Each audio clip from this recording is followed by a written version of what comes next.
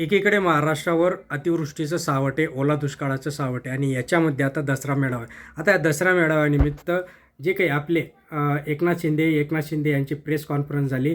त्याच्यामध्ये कशा पद्धतीने नियोजन आहे, कोण कोण येणार आहे, काय काय आहे आणि कशा पद्धतीने ते शेतकऱ्यांना मदत करणार आहेत. ची आवश्यकता आहे. ते देखील सरकारने 10,000 रुपये देण्याची सुरुवात केलेली आहे. गहू आणि तांदूळ देखील त्यांना देण्याची सुरुवात झाली आहे. आणि अशा परिस्थितीत सगळ्यांनी एकत्र येऊन सत्ताधारी विरोधक किंवा असं काही याच्यामध्ये कुणी राजकारण करण्याची आवश्यकता नाही. मोठ्या प्रमाणावर त्यांना मदतीची आवश्यकता आहे.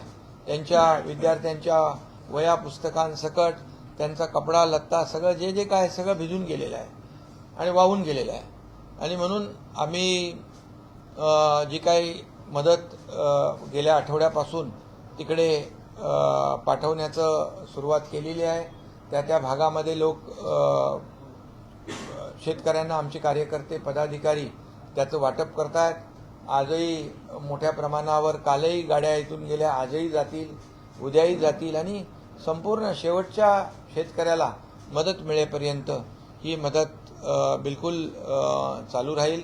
सरकार देखील पूर्णपणे मदत करते आणि त्याचबरोबर साथीचे आजार पसरू नये म्हणून देखील तिथे स्वच्छता झाली पाहिजे, साफसफाई झाली पाहिजे. जसं आपण पुरामध्ये यापूर्वी कोल्हापूरमध्ये, महाडमध्ये, चिपळूणमध्ये तशी यंत्रणा लावली होती, तशा प्रकारची यंत्रणा लावून आरोग्यमंत्र्यांशी देखील माझी चर्चा झाली आणि स्वच्छता, साफसफाई, फवारणी आणि मेडिकल कॅम्प हे मोठ्या प्रमाणावर तिथं आयोजित करण्यात येत आहेत.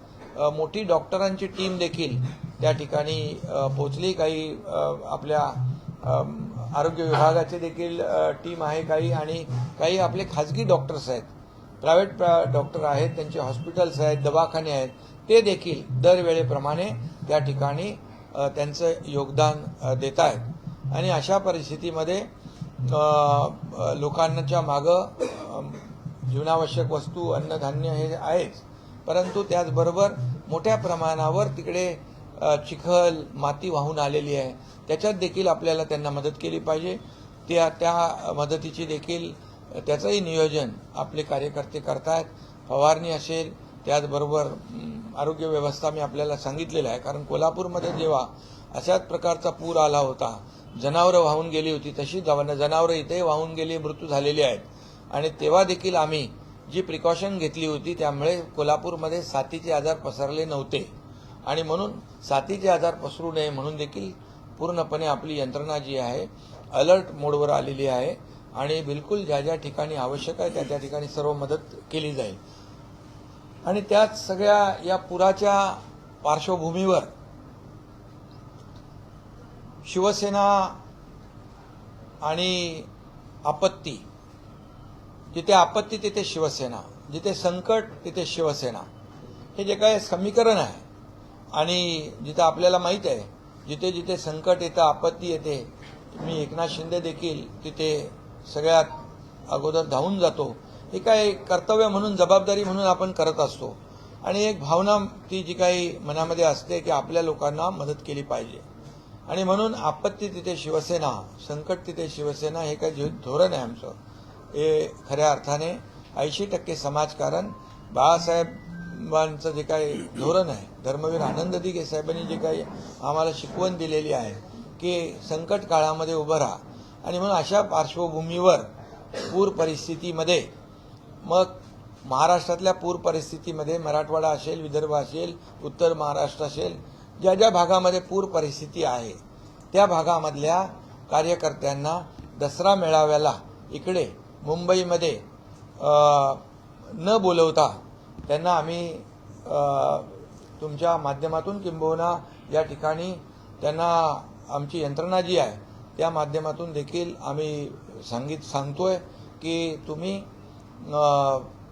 शेतकऱ्यांच्या मदतीला, शेतकऱ्यांच्या बांधावर जाऊन, शेतकऱ्यांच्या घरात जाऊन त्यांना मदत करणं, त्यांचा देखील दसरा हा सण आहे आणि त्यांना जे जे काही आवश्यक आहे त्या ठिकाणी त्यांना मदतीचा हात देण्याचं काम करा. बांधावर जा.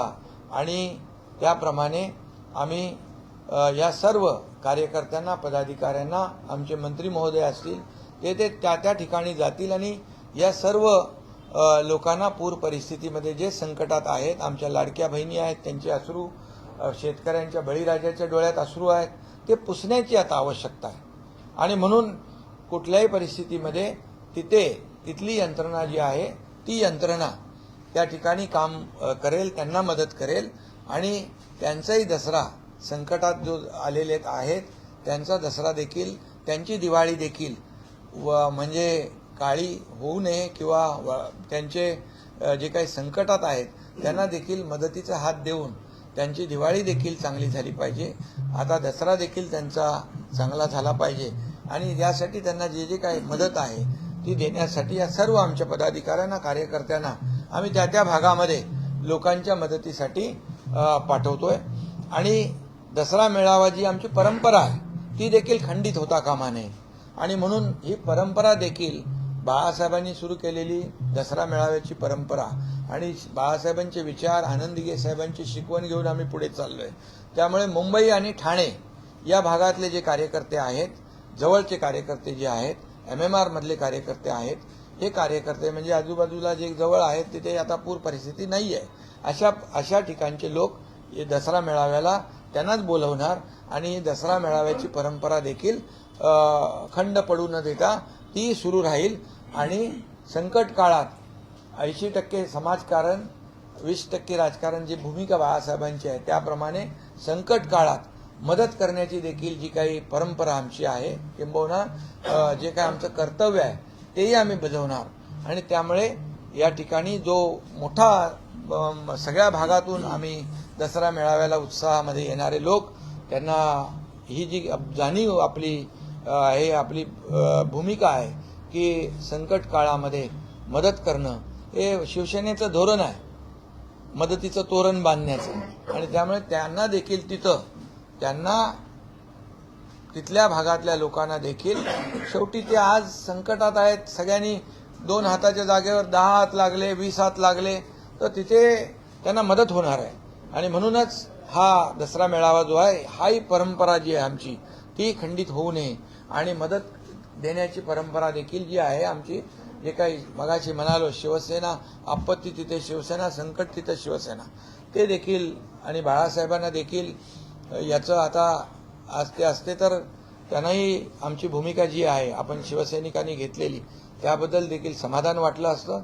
आणि म्हणून हा मेळावा जो आहे दसरा मेळावा तोही आम्ही करू, पण त्यामध्ये इथे हा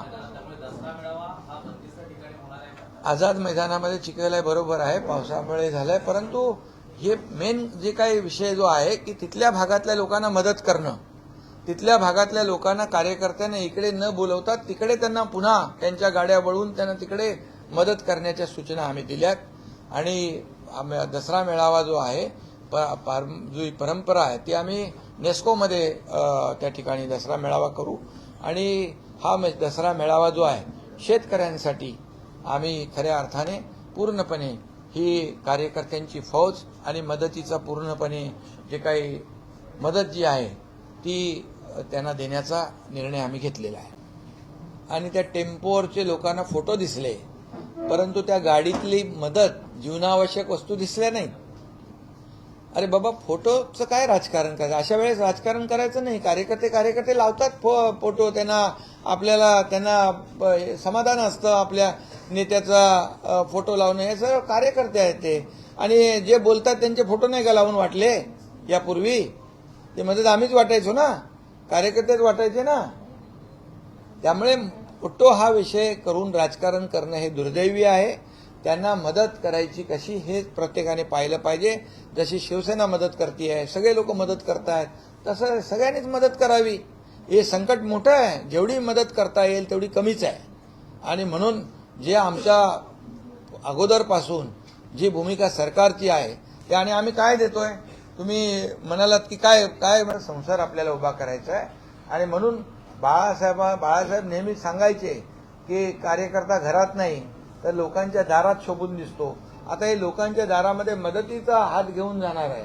त्यामुळे हे सगळं जे आहे हे आम्ही करतो आणि हे तुमच्या समोर आहे सगळी मदत. स्वच्छता व्यवस्था ही देखील करतोय, रोगराई पसरू नये म्हणून त्याची काळजी घेतोय. त्यामुळे जे जे आवश्यक आहे ते सगळं आपण करतोय.